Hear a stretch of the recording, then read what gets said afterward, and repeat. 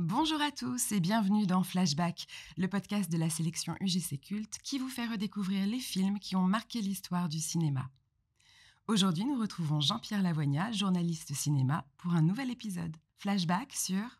Dans la peau de John Malkovich, de Spike Jonze, sorti en 1999. Si vous ne l'avez pas encore vu, un film comme vous n'en avez jamais vu. Dingue, bizarre, audacieux, inventif, stupéfiant, jouissif, cérébral, poétique, drôle, grinçant, et on pourrait continuer indéfiniment. Vous l'aurez compris, un film unique en son genre.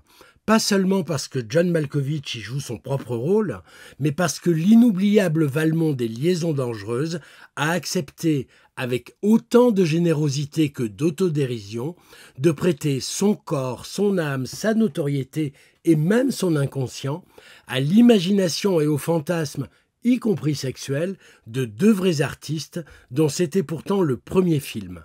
Le scénariste Charlie Kaufman et le réalisateur Spike Jonze, qui n'allait pas tarder dans la foulée à s'allier à d'autres amis et créer ainsi une véritable famille de cinéma aussi singulière qu'excitante. 25 ans après sa sortie, il est difficile d'imaginer la petite révolution que ce film qui bousculait toutes les conventions, toutes les règles, tous les schémas, a provoqué dans le paysage cinématographique. Tant de brio, tant d'audace, tant de liberté qui prouvaient que décidément rien n'était impossible dans le cinéma et que, pour reprendre un slogan qui nous est cher à UGC, plus de 100 ans après la naissance du cinéma, on était loin d'avoir tout vu. Tout commence au début des années 90, lorsqu'un jeune scénariste américain d'une trentaine d'années, Charlie Kaufman, né à New York mais vivant à Los Angeles et travaillant alors sur des séries télé, imagine pour le cinéma l'histoire d'un marionnettiste au chômage qui découvre dans un building où il a finalement trouvé du travail une porte qui, au 7e étage et demi, tout est dans ce demi, donne accès au cerveau de John Malkovich. Il peut ainsi se glisser dans la peau de l'acteur et profiter de sa notoriété et de son potentiel érotique. Il ne sera pas le seul, puisque cela devient un véritable business et que contre $200, chacun peut entrer dans la peau de John Malkovich. Au début, dit Charlie Kaufman, c'était simplement l'histoire d'un homme marié qui tombait amoureux d'une collègue de bureau. Puis, les choses ont évolué, et j'ai eu l'idée de ce passage menant dans la tête de quelqu'un. Et ce quelqu'un, c'était John Malkovich. Pourquoi lui ? Sincèrement, je ne m'en souviens pas. Mais je pense souvent à l'effet que ça me ferait d'être un autre, d'être quelqu'un d'autre. Ça m'intrigue vraiment. C'était donc une façon amusante de traiter mes interrogations et mes angoisses. D'accord, mais pourquoi lui ? Je n'en sais rien. Je n'intellectualise jamais ce que je fais. Simplement, ça me paraissait juste. Peut-être parce qu'il a quelque chose de mystérieux. C'était intriguant de penser qu'il y a plein de gens dans la tête de ce grand acteur, plein de noblesse. Mais ce sont des réflexions a posteriori. En fait, c'est son nom qui est en partie responsable de ce choix. Le titre sonnait très bien, dans la peau de John Malkovich, et dans une scène que j'avais imaginée, où tous les personnages s'expriment uniquement en prononçant son nom, ça marchait très bien. Il faut dire aussi qu'à cette époque-là, John Malkovich est un des acteurs américains les plus en vue.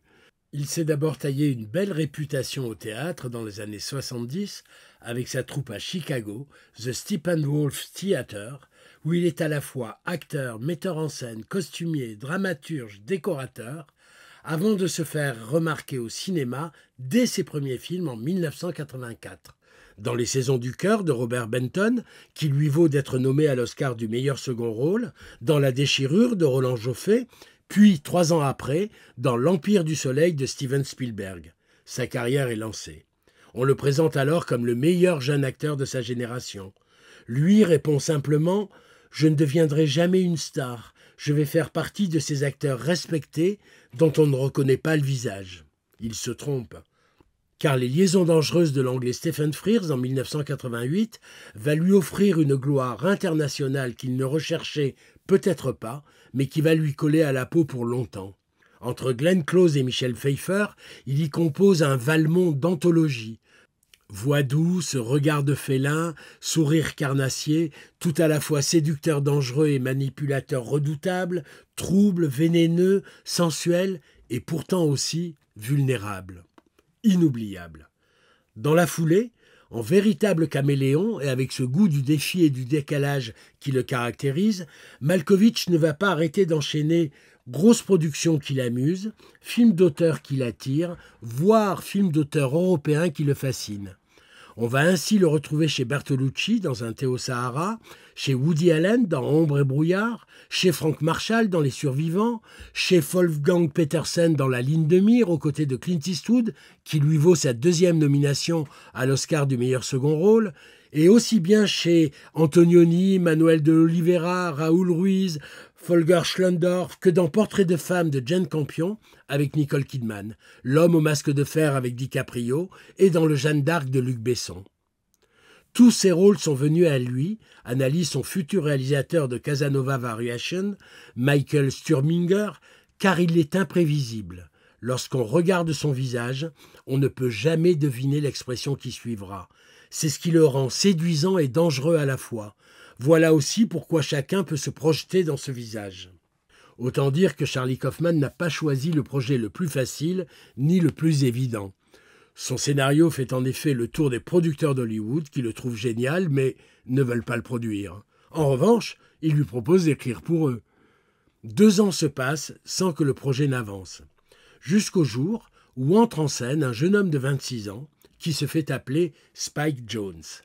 Artiste éclectique, alors époux de Sofia Coppola, à la fois photographe pour les magazines branchés, acteur dans Les Rois du désert de David O. Russell, skateboarder, réalisateur de documentaires, de courts-métrages et surtout de clips pour les Chemical Brothers, Daft Punk, Beastie Boys, Björk, R.E.M.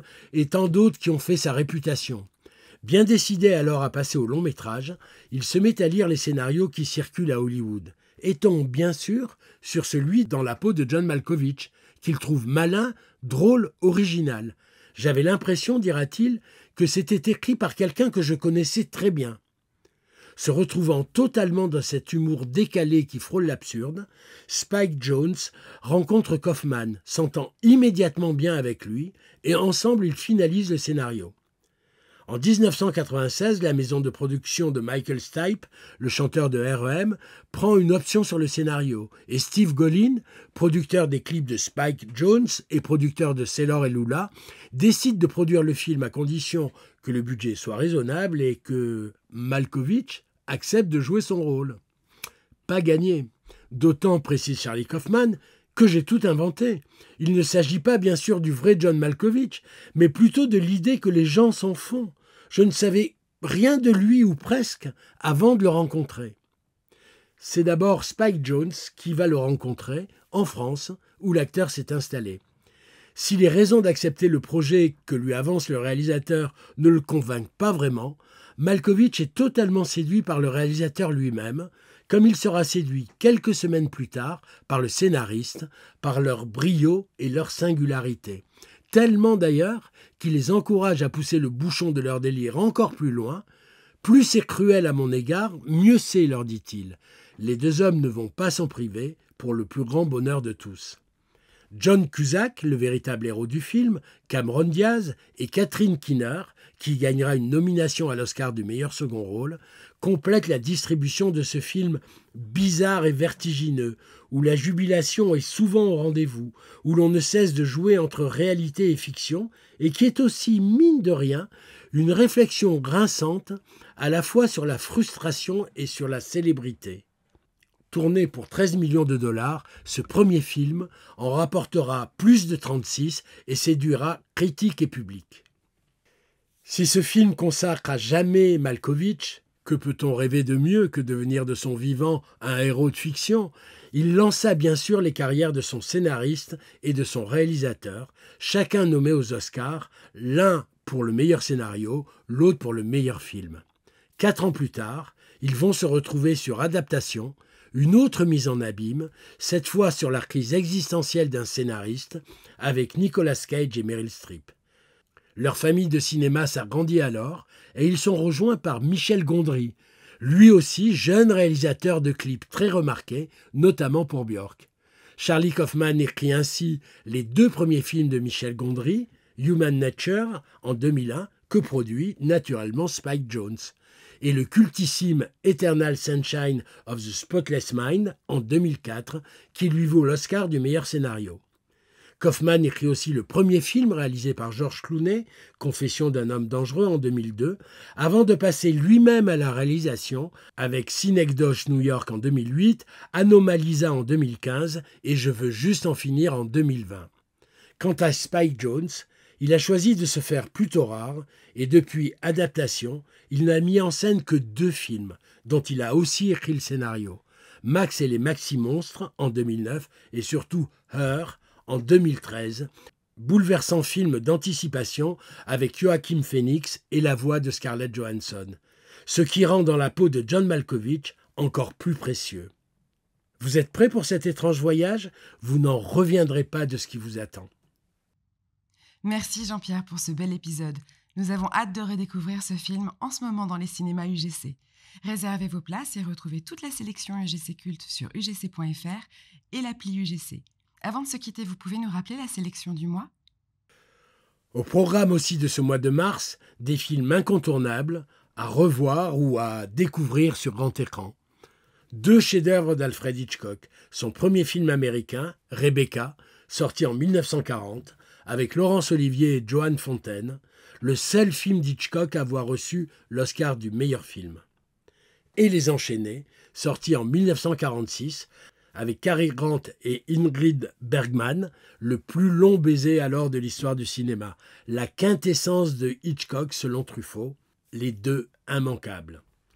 Magic Mike de Steven Soderbergh, sorti en 2012, le striptease au masculin, inspiré de l'expérience personnelle de son acteur principal, Channing Tatum. Avec aussi Matthew McConaughey, devenu culte, il donnera naissance à 2 suites, brillant et divertissant. West Side Story de Robert Wise, sorti en 1961, le classique des comédies musicales. Un film aux 10 Oscars dont la musique est signée Leonard Bernstein et les chorégraphies Jérôme Robbins, avec Natalie Wood, George Chakiris, Rita Moreno et Richard Beymer. Pour comparer avec la version de Spielberg sortie en 2021, immanquable et emballant.